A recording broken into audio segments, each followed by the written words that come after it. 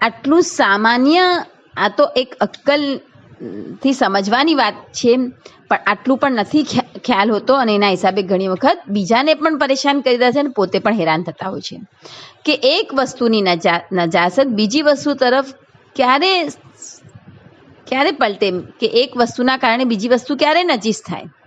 તો મસલા નંબર ગુજરાતીમાં 36 નંબરનો છે કે એક વસ્તુની નજાસત બીજી વસ્તુ તરફ એવા સંજોગમાં સ્થળાંતર થાય છે જ્યારે બંને અથવા બંનેમાંથી એક ભીની હોય.